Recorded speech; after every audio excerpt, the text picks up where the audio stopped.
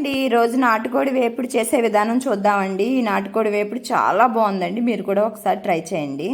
Stove వెలిగించుకొని cooker పెడుతున్నానండి. ఈ కుక్కరు ఈ మాంసం 1/2 కేజీ మాంసం అండి. నీట్గా కడుక్కున్న మాంసం అండి. ఇది ఈ కుక్కర్లో వేసేస్తున్నాను ఈ మాంసం అంతా. ఇది చాలా బాగుందండి. అంటే మనకి రసంలో నంచుకోవచ్చు, అలానే పప్పుచారులో సాంబార్లో కూడా చాలా బాగుంటుంది. మీరు కూడా ఒకసారి ట్రై చేసి ఎలాగొచ్చిందో నాకు చెప్పండి. చాలా బాగుందండి. పెద్ద గ్లాసుడు నీళ్ళు పోస్తున్నానండి మాంసం ఉడకడానికండి. ఇది వేపుడు కాబట్టి ఈ మాంసం బాగా ఉడకాలండి. అంటే మెత్తగా ఉడికిపోవాలి. అలా నోట్లో పెట్టుకుంటే కరిగిపోయేలాగా ఉడకాలండి. అందుకే పెద్ద మంట మీద ఒక 2 విజిల్లు, మిగతాదంతా చిన్న మంట మీద ఉడికించుకుంటే బాగా ఉడుకుతుందండి. మాంసం ఉడకడానికి నేను పెద్ద సైజు అల్లం ముక్క ఒకటి తీసుకున్నానండి. ఈ అల్లం ముక్క మెత్తగా దంచుకోవాలండి. అలానే 1 స్పూనుడు పెరుగు వేసాను. ఈ పెరుగు ఈ అల్లం వేయడం వల్ల ఈ మాంసం చక్కగా ఉడికిపోద్దండి. ఎంత ముదురు మాంసమైనా ఉడుకుతుంది. ఇలా వేసుకొని మీరు కుక్కర్లో ఉడికించుకుంటే చాలా బాగా ఉడుకుతుంది. ఇదంతా ఒకసారి కలిపేసుకొని మనం మూత పెట్టుకుందామండి. ఇలా ఉడకడానికి నాకు 8 నిమిషాలు టైం పట్టిందండి. మూత పెట్టుకొని విజిల్ వచ్చేదాకా ఉడికించుకోవాలండి. పెద్ద మంట మీద ఒక 2 విజిల్లు, చిన్న మంట మీద ఒక 5-6 విజిల్లు వస్తే సరిపోద్దండి. ఇప్పుడు స్టవ్ వెలిగించుకొని ఒక కళాయి పెడుతున్నానండి ఈ నాటుకోడి వేపుడికి. ఇందులో ఎక్కువ నూనె పట్టదండి, 2.25 నూనె పోసానండి ఇందులో ఈ కళాయిలో. అలానే మనం దీంట్లో పిడికిడి జీడిపప్పును, పచ్చిమిరపకాయ ముక్కలు, కరివేపాకు కూడా తీసుకున్నానండి. పచ్చిమిరపకాయ ముక్కలు అయితే పడలేదు. ఇది దోరగా వేపుకోవాలండి. మాడుకోకుండా జీడిపప్పు చక్కగా దోరగా వేపేసుకోవాలి.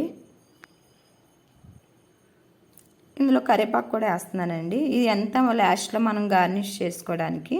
ఇలా చేసుకోవడం వల్ల మనం ముక్కతో జీడిపప్పు కూడా నంచుకొని తింటే చాలా బాగుంటుంది.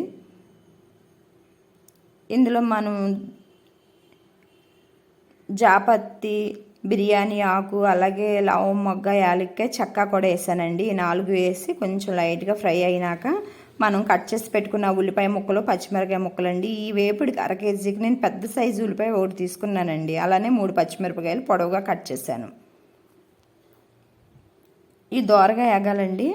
నల్లగా కాకుండా దోరగా ఏగితే బాగుంటుంది ఈ వేపుడికి. అలానే ఏగడానికి వేపుడికి ఒక స్పూనుడు పసుపు తీసుకుంటున్నాను. కొంచెం తక్కువే తీసుకున్నాను. నాటుకోడి మాంసం కాబట్టి కొంచెం నీసువాసన రాకోకుండా ఉండటానికి కూడా పసుపు కొంచెం ఎక్కువ వేసుకుంటే బాగుంటుందండి. సన్నగా కట్ చేసుకున్న టమోటా ఒకటి తీసుకున్నానండి. ఈ టమాటా వేయడం వల్ల ఈ ముక్క జ్యూసీగా చాలా బాగుంటుందండి. ఈ వేపుడు 3 నుంచి 4 రోజులు నిల్వ ఉంటుందండి. నిల్వ ఉండేదాకా ఎక్కడ ఉంటుందండి? చక్కగా నిమ్మకాయ పిండుకొని తినేయచ్చు. పెద్ద సైజు అల్లం ముక్క ఒకటి, 5 వెల్లుల్లి రబ్బలు తీసుకొని రోట్లో వేసుకొని మెత్తగా దంచుకోవాలండి. వేపుడికి కాబట్టి చాలా మెత్తగా దంచుకోవాలండి. ఈ పచ్చివాసన పోయేదాకా అల్లం వెల్లుల్లిపాయ పేస్ట్ వేపుకోవాలండి.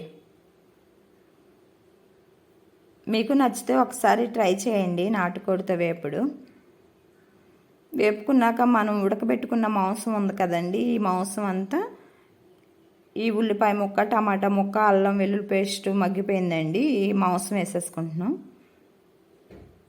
ఈ మాంసం అంటే ఈ నాటుకోడి వేపుడు ఫ్రై అయ్యేదాకా మనం మూత పెట్టవసరం లేదండి. మూత పెట్టామా నీరు వచ్చేస్తుందండి. నీరు రాకోకుండా వేపుడు కాబట్టి చక్కగా మూత పెట్టుకోకుండానే చేసేసుకోవచ్చు. ఉడికించిన మాంసం వేసేసుకొని ఒకసారి తిప్పేసుకుందామండి. ఇందులోనే మనము ఒక 1/2 స్పూనుడు జీలకర్ర పొడి వేసుకోవాలండి. జీలకర్ర పొడి ఇలా అవడానికి నాకు ఒక 10 నిమిషాలు టైం పట్టిందండి. ఫ్రై అయిపోవడానికి, ఉల్లిపాయలు అన్నీ ఉడికిపోవడానికి, మగ్గిపోవడానికి. 1/2 స్పూనుడు ధనియాల పొడిని కూడా వేసాను. తగినంత ఉప్పు వేసుకుందామండి. ఇది మెత్తన ఉప్పు వేసుకుంటే వేపుడికి బాగుంటుంది. మెత్తన ఉప్పు వేసాను. ఇదంతా ఒకసారి కలుపుకున్నాక మనం ఇది సాంబార్లోకి బాగుంటుంది, పప్పు, తోటకూర అన్నిటిలోకి బాగుంటుందండి. ఎండు కొబ్బరి పొడి అండి. ఇది 1 స్పూనున్నర వేసాను. ఈ వేయడం వల్ల చాలా కమ్మదనం వస్తుందండి. ఎండు కొబ్బరి వేయడం వల్ల మంచి టేస్ట్ వచ్చేస్తుంది ఈ వేపుడికి. ఇలానే మనం ఒకసారి ప్రతి ముక్కకి పట్టీలాగా కలిపేసుకుందామండి. అడుగంటుకోకుండా చూసుకుంటే చాలా బాగుంటుంది, అంటే చేదు రాదండి అడుగంటుకుంటే. కారం వేస్తున్నానండి. కారం ముందే వేయకూడదండి, మాడిపోద్ది. అందుకే లాస్ట్లో మనం అయిపోతుంది అనగా వేయాలండి కారం. మీరు తగినంత తీసుకోండి. నేను 2 స్పూన్లు కారం తీసుకున్నాను. ఇదంతా ఒకసారి మళ్ళీ కలుపుకుందామండి. కలుపుకుంటానే ఉండాలి, వేపుడు కాబట్టి మనకి ముక్క అడుగంటుకోకుండా చూసుకోవాలంటే కలుపుతానే ఉండాలండి వేపుడికి. కలుపుకోకుండా మనం అలా వదిలేసామంటే మాడిపోద్దండి, ముక్క అంటుకుపోద్ది. అలానే ఉల్లిపాయ ముక్కలు కూడా మాడిపోతాయి. గరం మసాలా 1 స్పూన్ వేస్తున్నానండి. చాలా గుమగుమలాడిపోద్దండి వేపుడు. మీరు కూడా ఒకసారి ట్రై చేసి టేస్ట్ చేయండి. చాలా కమ్మగా ఉంటుంది రసంలో కానీ, అలానే పప్పు గోంగూర, పప్పు మామిడికి ఏట్లకైనా బాగుంటుందండి. ఇందులో మనం సన్నగా కట్ చేసుకున్న కొత్తిమీర వేద్దామండి. మా వీడియోలు నచ్చితే మాకు సపోర్ట్ చేయండి, అలానే సబ్స్క్రైబ్ చేసుకోండి, షేర్ చేయండి, లైక్ కూడా కొట్టండి. కొత్తిమీర వేసుకొని మళ్ళీ ఒకసారి కలుపుకుందామండి. ఒకసారి కలిపేసుకున్నాక మనం గార్నిష్ పెట్టుకున్నాం కదండి, జీడిపప్పు, పచ్చిమిరపకాయ ముక్కలు, అలానే కరివేపాకు వేపుకొని పక్కన పెట్టాం, అవి వేసేసుకుందామండి. అంతేనండి, చాలా టేస్ట్గా ఉండే నాటుకోడి వేపుడు రెడీ అయిపోయిందండి.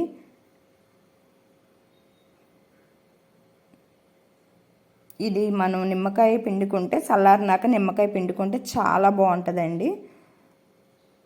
అంటే లైట్గా చల్లారిపోయినాక నిమ్మకాయ పిండుకొని తీసుకుంటే చాలా చాలా బాగుంటుందండి.